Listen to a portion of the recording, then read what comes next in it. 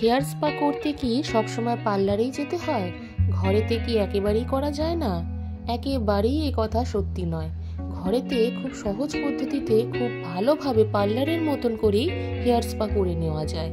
আর তাছাড়াও এই পলিউশনের সময় কখনোই আমি বলবো না মাসে একটা বার গিয়ে পার্লারে হেয়ার স্পা করে আসতে, তাতে বিশেষ কিছু একটা সুবিধাও হয় না। তার জন্য আমি সবসময় সাজেস্ট করব যে ঘরেতে বসে সপ্তাহে একদিন করে হেয়ার স্পা করতে, আর যেটা পার্লারে গিয়ে করা একেবারেই পসিবল নয়। তাই যতটা সহজ উপায় ঘরেতে বসে হেয়ার স্পা করে নেওয়া যায় সেটাই আজকে আমি তোমাদেরকে দেখিয়েছি, বিশেষ করে বিগিনার্সদের জন্য আর যারা ভীষণ ভয় পাও তাদের জন্য। চলো দেখে নাও।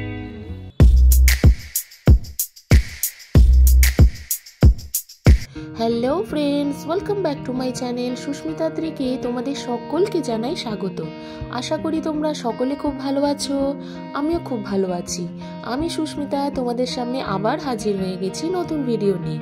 আর তোমরা দেখতেই পাচ্ছ এখানে যে আমি হেয়ারটাকে শ্যাম্পু দিয়ে খুব ভালোভাবে ওয়াশ করে নিয়েছি দুবার করে।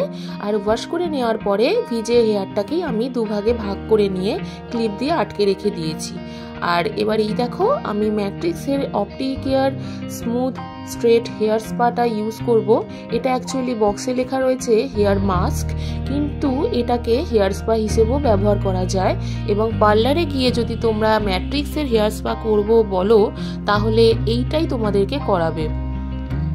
তো দেখো, আমি এখানে আমার হেয়ারের লেন্থ অনুযায়ী 2 চামচ মতো, 2 চামচ বলবো না, 2.5 থেকে 3 চামচ মতন হেয়ার স্পা বার করে নিয়েছি। আর এই সেম ম্যাট্রিক্সের অপটিকেয়ার স্মুথ স্ট্রেট হেয়ার সিরামটাই আমি এখানে 1 চামচ মতন দিয়ে নিচ্ছি। এই স্পায়ের সাথে, স্পা ক্রিমটার সাথে এই সিরামটা মিক্সড করে নেবো আমি খুব ভালোভাবে।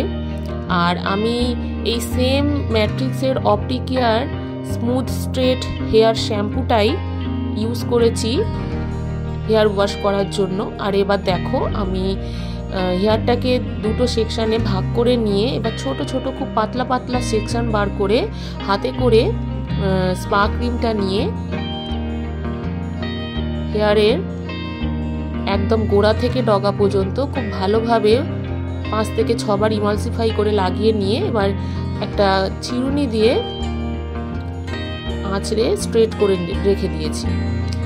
এইভাবেই প্রত্যেকটা সেকশন অল্প অল্প করে পাতলা পাতলা করে বার করে নিয়ে তারপরে বাকি হেয়ারটাকে ক্লিপ দিয়ে আটকে রেখে এইভাবেই স্পা ক্রিম নিয়ে পুরো চুলে স্পাটাকে অ্যাপ্লাই করব।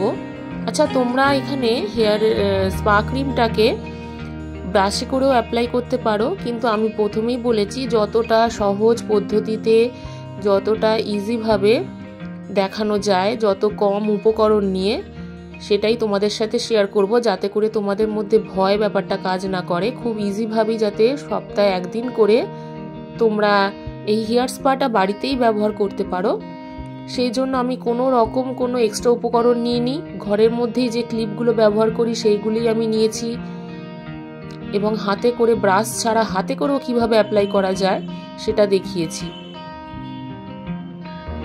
তো পুরো প্রসেসটা তোমরা দেখতে থাকো।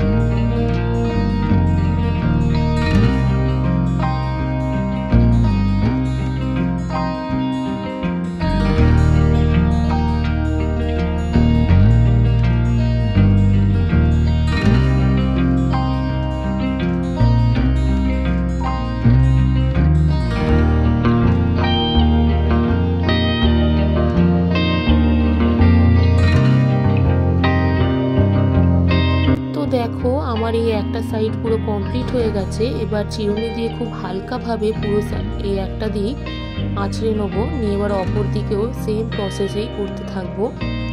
তো তোমাদের আরও একটা কথা বলে রাখি, তোমরা হেয়ার স্পা করার ক্ষেত্রে এই দুটো সেকশন যে আমি হেয়ারের করেছি সেক্ষেত্রে তোমরা 4টে সেকশনও করতে পারো।